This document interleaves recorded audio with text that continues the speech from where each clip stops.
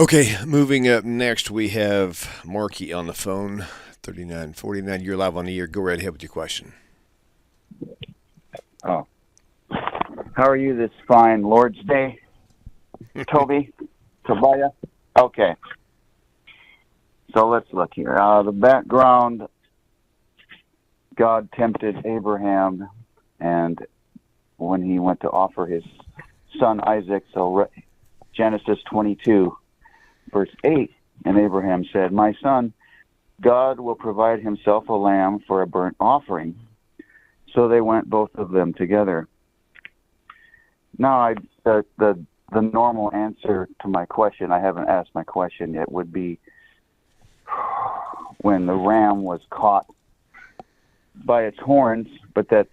So my question is, was Abraham a liar when he told Isaac that God would provide himself a lamb? Because when did he ever when would God provide the lamb? We can't say that it was the ram caught by its horns. That's not a lamb, that's a ram. Let me ask you a question. Please tell us, what is the difference between a lamb and a ram? Be specific, if that's your point. Well, we know the difference between a ram and a lamb. Please tell us. I'm very curious. Well, a lamb is not a fully grown sheep. So be honest. A lamb is a young sheep. A ram is a mature male sheep. So your point is vacuous. Anyways, thank you for your call. So your argument is completely vacuous because they're both a sheep. So you can't say that he was lying.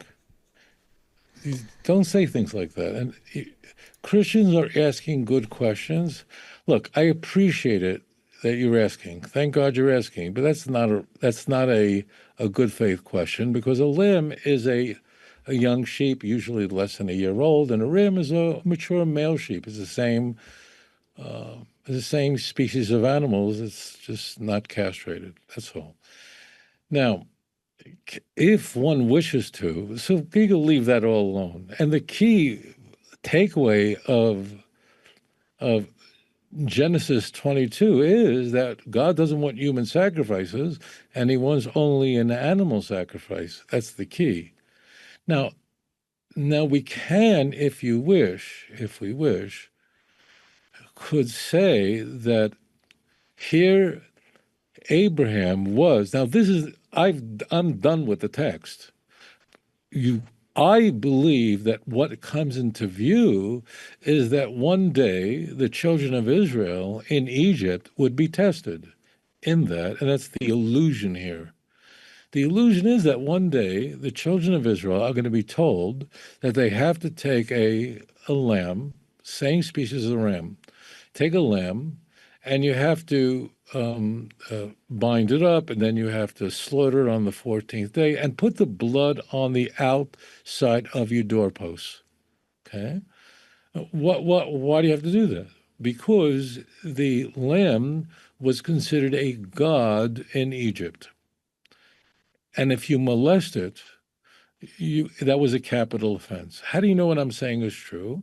Because you see it explicitly in Exodus chapter 8, where Pharaoh asked Moses, "What do you need to go into the wilderness to bring your offerings? Bring them here." So Moses said openly, says, "These are your abominations. If we'll kill it here, you'll kill us." So the Jews were, in effect, being tested like Abraham, meaning the Jew 3,300 years ago, during Yetzias Mitzrayim in the Exodus, basically they could see around them Egyptian soldiers right there, right? God of Israel, you can't see. And they were told, are you willing to defy the Egyptian soldiers, because it was against the law to slaughter, to molest a lamb? And despite that, are you willing to demonstrate? Why do you have to put the blood on the outside of your doorposts? Kill it, but do it in the closet. No. Are you willing to, like Daniel, in Daniel chapter 6, it was a proclamation that went out from Darius. There's the mead that if you pray to anyone but Darius, you're going to be killed. And what did Daniel do? He could have gone to a closet and prayed. He didn't. He went to the window in his tower and he prayed 3 times a day facing Jerusalem. So essentially, so I've answered your question, but I want to add this because I want to add more saturation and color here, because this is not just a history book. It is Ma'aseh Avos Siman Labonim, the events that occurred to our patriarchs, the progenitors of the Jewish people. The Jewish people will have to endure it again. Are you willing, the Jewish people are asked, are you willing to risk your life to put a lamb's blood on the outside of your lentil? That means everyone could see it, thus risk being executed by the Egyptian army that you very much could see. And if you're willing to do that, then I will pass over your home. And those in a future generation who are able to emulate Abraham, and that's what we're called upon to do. See Isaiah 41, verse 8 and 9, where Hashem calls Abraham my friend and calls upon the Avdi, my servant, to be like Abraham. I mean, and we're told in Isaiah that Abraham was but one. He was alone against the whole world. So this kind of argumentation, there was a ram, not a lamb, is a bad faith argument.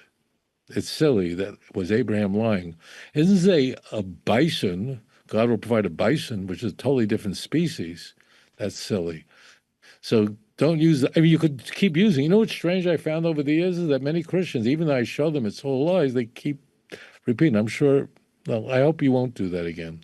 But so the meaning is the same. A ram and a lamb is the same species, but there is no question a pointing forward to the future where the children of Israel would be tested like Abraham was tested centuries early. Abraham lived roughly 4 centuries before the Exodus.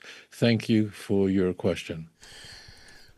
One more question, I think. One more question. Okay. Guys, hit that like button, subscribe to the YouTube channel, go to Rabbi Singer's channel as well, and also don't forget his 2-volume book set, Let's Get Biblicals, Volume 1 and 2. The audio files are available, but the CDs are not, but they're available on his website. The MP3. Let me say, Yeah. I want to just one other thing for you guys. Listen carefully.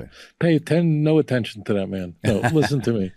It's so important. If you believe in the work that William is doing, that we're doing here, whenever you watch any of our videos, please like it and please share it. It's very important because it really affects the algorithm so that our videos are spread around. So really it's very, very important that whenever you see a video of William, a video of mine, it's very important to like it. I hope we like it. Yeah. But if you do, don't just pass it. Just make sure you like it and make sure that you subscribe to channels because it really has a very big impact on spreading Torah throughout the world. It's very, very important. You should really go through our videos and make sure that those videos that you haven't liked yet, you do like them. It really has a very, very big impact on spreading this message. Anyway, shalom. Yeah. And commenting on them also helps generate views as well, so it kind of refreshes them on the system. So, Rabbi, thank you. Great show, and we'll see you, Hashem willing, same time, same place next week. Shalom, everyone. Yeah. Bye. If you enjoy this channel and the content, and it has changed your life, or perhaps the life of a loved one or a close friend, would you please consider supporting this work? You can click this link and it'll take you directly to my website with the donate button. Or there's a Patreon link and a mailing address for snail mail if you would prefer. If you do donate, please do me a favor and leave me a phone number where I can contact you and thank you properly. I hope you all have a wonderful 2025. Shalom.